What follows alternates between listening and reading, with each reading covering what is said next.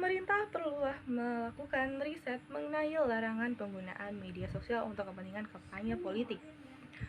Jika kita melihat dari data, menurut WIARA Sosial pada tahun 2021 kemarin, total populasi atau jumlah penduduk di Indonesia mencapai 274,9 juta jiwa.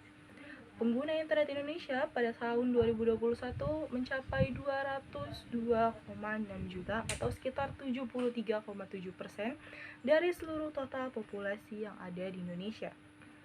Pengguna media sosial aktif Indonesia juga mengalami kenaikan daripada tahun 2020 kemarin, yaitu kenaikan sekitar 10 juta jiwa yang mencapai 170 juta jiwa pada tahun 2021 kemarin atau sekitar 61,8% dari seluruh total penduduk di Indonesia.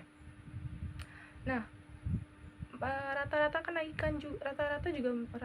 penggunaan internet di media sosial juga mengalami kenaikan hingga mencapai 8 jam,52 menit dalam waktu satu hari. Assalamualaikum warahmatullahi wabarakatuh. Saya Aurora Devianti sebagai salah satu tim oposisi atau tim kontra dalam mosi perdebatan kali ini, yaitu pemerintah akan melarang penggunaan media sosial untuk kepentingan kampanye politik.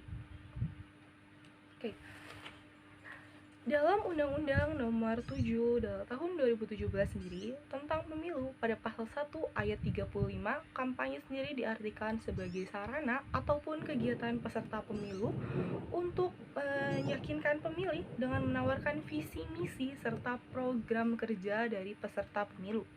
KPU sendiri telah memberikan keputusannya pada peserta bahwasannya peserta boleh memiliki akun media sosial untuk kepentingan kampanye dengan maksimal 10 akun media sosial dan didaftarkan dan diberikan atau diserahkan kepada KPU. Lalu mari kita lihat beberapa argumen yang bisa saya sampaikan kenapa saya menolak mosi perdebatan pada kali ini. Yang pertama, pastinya penggunaan media sosial sebagai sarana kampanye akan sangatlah lebih efektif dan lebih efisien. Sebelum itu, mari kita lihat dulu pengertian dari efektif serta efisien menurut KBBI. Menurut KBBI sendiri, efektif memiliki arti sebagaimana, yaitu di mana kondisi atau hal tersebut berarti ada efeknya ataupun hal tersebut sangatlah berpengaruh. Mari kita lihat juga bahwasannya kampanye ini digunakan sebagai sarana promosi untuk menggiring audiens atau menggiring opini rakyat untuk memilih calon tersebut. Pastinya hal tersebut juga memiliki pengaruh bagi kedua belah pihak. Lalu yang kedua, efisien sendiri berarti tepat atau sesuai dalam pengerjaan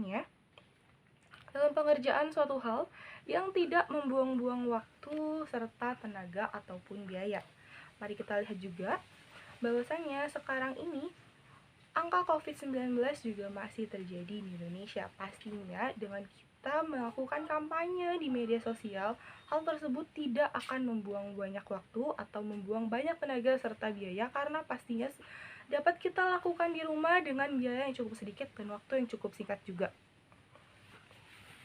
Lalu yang kedua, pastinya juga akan menjangkau lebih banyak audiens lagi. Mari kita lihat juga menurut data yang telah saya sampaikan menurut WIARA Sosial tadi, pengguna media sosial aktif di Indonesia pada saat ini mencapai 170 juta jiwa atau 61,8% dari seluruh total populasi. Hal ini pastinya mengalami kenaikan pada tahun 2022 sekarang. Dan nantinya ketika penyelenggaraan kampanye di media sosial akan menjadi lebih banyak audiens yang menarik ataupun yang akan lebih banyak tertarik dalam kampanye tersebut. Nah, pastinya penjangkauan audiens ini tuh tidak hanya dilihat oleh anak-anak ataupun remaja, pastinya juga akan dilihat oleh seluruh kalangan dari berbagai macam suku ataupun berbagai macam umur. Nah, apabila tim pro sendiri mengatakan pendapatnya bahwa banyak hoaks ataupun ujaran kebencian mengenai penghasutan ataupun kampanye tersebut, saya sebagai tim oposisi menolak keras karena mengusut pada Undang-Undang Nomor 7 Tahun 2017 pada pasal 491, 492, dan 493 yang dimana mengatur tentang ancaman pidana ataupun denda bagi setiap orang yang menghalangi jalannya kampanye, pelaksanaan kampanye di luar jadwal, serta pelanggaran ketentuan kampanye. Lalu kita juga dapat melihat pada bahwasannya menurut Undang-Undang Nomor 12 Tahun 2003 sendiri, tujuan pemilu adalah untuk memilih setiap wakil rakyat dan wakil daerah untuk membentuk pemerintahan yang demokratis, kuat, serta memperoleh dukungan dari rakyat dalam mewujudkan tujuan nasional. Dukungan rakyat ini juga pastinya dapat kita peroleh daripada penggunaan media sosial, yang dimana penggunaan media sosial juga pastinya akan lebih banyak lagi serta lebih efisien daripada kampanye melalui langsung atau kampanye langsung seperti itu tersebut. Oke, cukup sekian yang bisa saya sampaikan. Assalamualaikum warahmatullahi wabarakatuh.